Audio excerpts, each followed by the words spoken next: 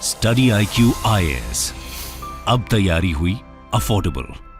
नमस्कार दोस्तों अभी आपने देखा होगा 3 दिन पहले लंदन के अंदर जो भारत का मिशन है, भारत का हाई कमीशन है, वहां पर तिरंगा का अपमान किया गया था खालिस्तानीज के द्वारा। जो खालिस्तानी प्रोटेस्ट कर रहे थे, उन्होंने जो तिरंगा लगा हुआ था पोल पर उसको उतार दिया। इसके बदले में भारत ने कड़ी आपत्ति जताई, लेकिन आज भारत के द्वारा एक बड़ा कदम लिया गया। यहां पर आप देख सकते हो, जैसे भारत का हाई कमीशन लंदन में है, वैसे ही यूके का जो हाई कमीशन है वो दिल्ली के अंदर है। अब क्या होता है कि ये जो हाई कमीशन होते हैं, जो एरिया होता है, वो उस देश का ही माना जाता है। जैसे कि मान लो दिल्ली के अंदर ये जो आप बिल्डिंग देख रहे हो, ये जो एरिया है, ये रेसिडेंस है हाई कमिश्नर का। तो एक प्रकार से जो हाई कमीशन होते हैं, जो एरिया होता है, वो उन्हीं के एरियाज माने जाते हैं। उसको पूरी तरह से प्रोटेक्ट करना ये भारत की जिम्मेदारी होती है। लेकिन जिस तरह का इंसिडेंट हुआ, जिस तरह की सिक्योरिटी लैप्स लंदन के अंदर देखने को मिली, उसको देखते हुए कहीं ना कहीं भारत ने आज एक बड़ा कदम लिया और बताया जा रहा है कि जो बैरिकेड्स हैं, जो सिक्योरिटी कवर है, वो वहां से एक बार के लिए हटाया गया है। दिल्ली के अंदर जो हाई कमीशन है यूके का, वहां से ये हटाया गया। ये आप देख सकते हो, barricades removed outside UK mission after London protest by Khalistan element. इनको डिटेल से जानेंगे, प्लस साथ ही साथ वियना कन्वेंशन की कुछ बात चल रही है, वो भी मैं आपको बताऊंगा।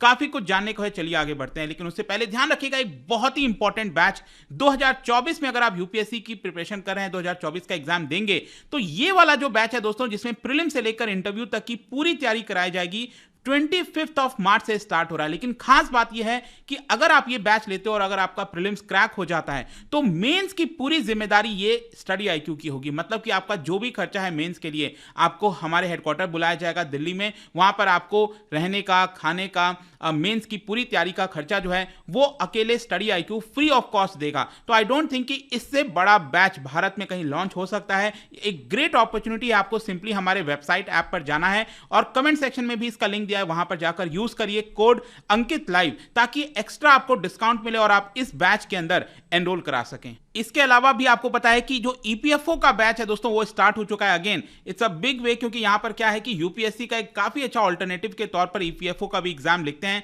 तो ये भी ज्वाइन करना है तो आप यूज कर सकते हैं कोड अंकित लाइव। इसके अलावा अगर आप MCQs अटेम्प्ट करना चाहते हैं तो मेरे इंस्टा पेज पर जा सकते हैं, वहां पर स्टोरीज में जितने भी MCQs हैं उसको आप अटेम्प्ट कर पाएंगे।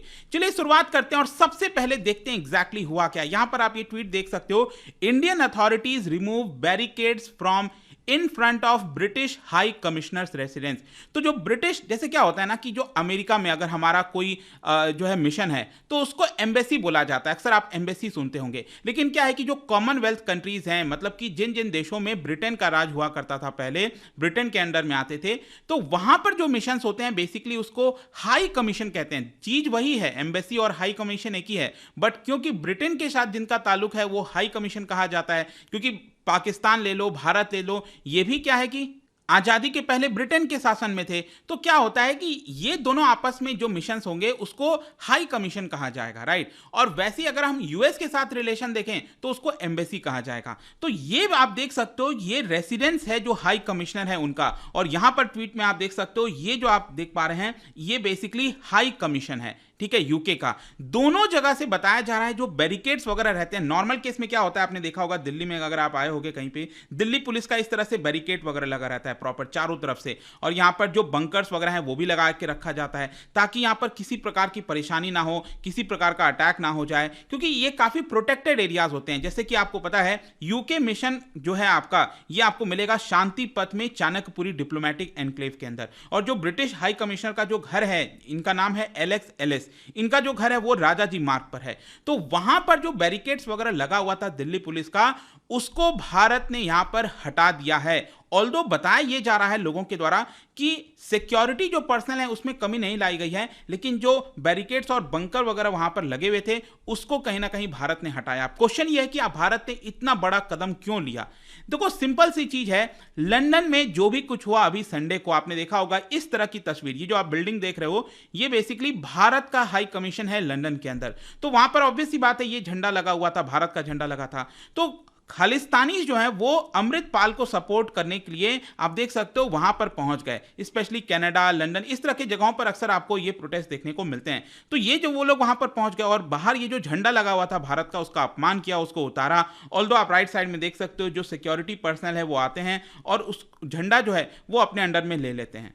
तो बेसिकली बताया यहां पर यह जा रहा है कि लंदन पुलिस काफी लेट वहां पर आई थी।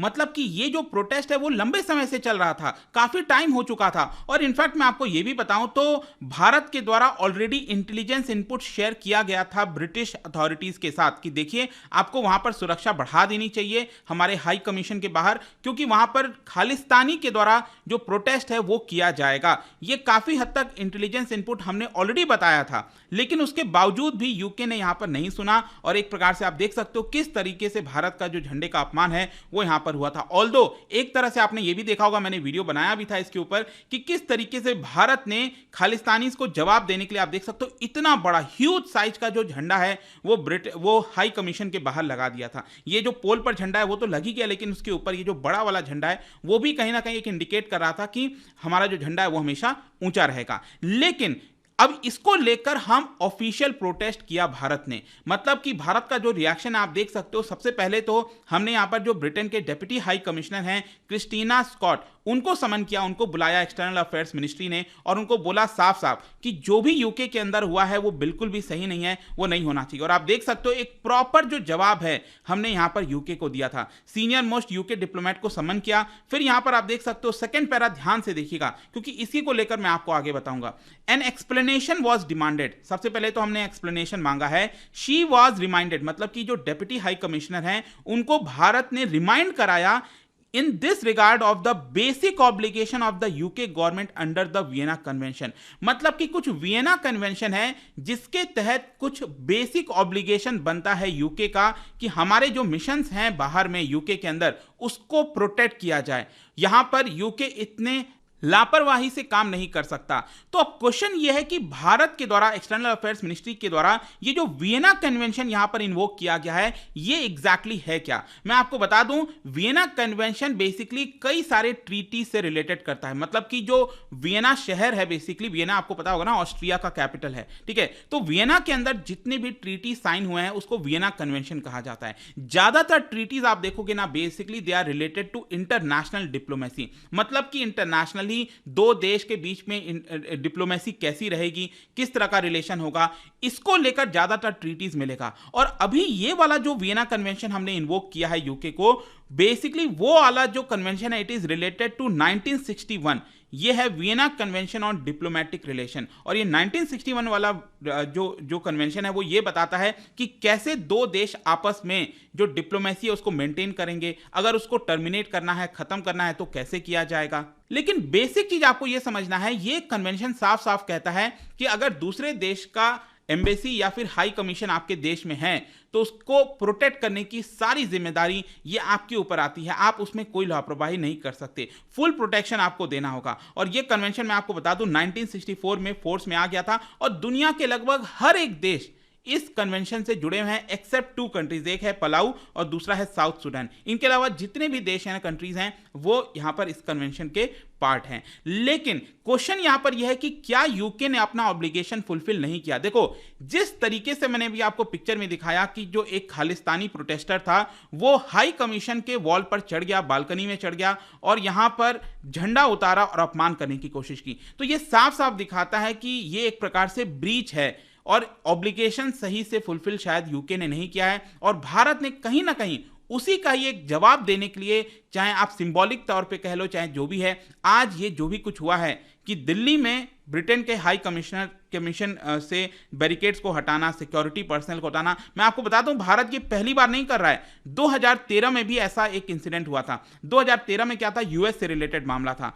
क्या है कि हमारी एक डिप्लोमेट है देवयानी खोबरागड़े, वो न्यूयॉर्क के अंदर पोस्टेड थी। अब 2013 में क्या हुआ, अमेरिकन अथॉरिटीज ने उनको अरेस्ट कर लिया on the charges of visa fraud. और भारत का कहना था कि देखिए हमारे डिप्लोमेट्स को आप कतई अरेस्ट नहीं कर सकते। तो कहीं ना कहीं उसको भी प्रोटेस्ट करने के लिए 2013 में भी भारत ने यूएस जो एम्बेसी है न्यू दिल्ली में, वहां से बैरिकेड सिक्योरिटी को हटाने का प्रयास किया था। वो हटाया भी था उस समय कुछ देर के लिए। तो देखते हैं आगे क्या होता है। यहाँ पर ये एक सिंबॉलिक जेस्चर है, फिर जो भी है, जिसको लेकर ट्विटर से लेकर हर जगह काफी चर्चा चल रही है कि भारत ने एक कड़ा जवाब दिया है। आपका क्या सोचना है इसको लेकर, क्या भारत को ऐसा करना चाहिए था? जाने से पहले एक इंटरेस्टिंग क्वेश्चन, क्योंकि एम्बेसीज की बात कर रहे हैं, क्या बता सकते हो कि रिसेंटली आई थिंक शायद 3-4 महीने पहले भारत की एम्बेसी कौन से देश में अपना जो एनुअल फ्लैगशिप कल्चरल प्रोग्राम है जिसका नाम है सारंग, ये ऑर्गेनाइज किया था भारत ने। इसका राइट आंसर आप सबको पता है, मेरे इंस्टाग्राम पर तो मिलेगा ही, वहां पर अगर आप नहीं हो कोई बात नहीं, टेलीग्राम से ले सकते हैं इसका सही उत्तर। मैं कई सारे जो एमसीक्यूज हैं वो यहाँ पर स्टोरीज में डालता रहता हूँ। बाकी अगर आपको पीडीएफ चाहिए तो टेलीग्राम पर आइए, अलग अलग सोशल मीडिया पर आप जुड़ पाओगे। और जैसा मैंने बताया था, यूपीएससी की अगर आप तैयारी कर रहे हो, use code Ankit live to get maximum discount. And I hope कि वीडियो आपको पसंद आया होगा। मिलता हूं आपसे next time, till then thank you very much, see you soon. Study IQ IAS, अब तैयारी हुई अफोर्डेबल।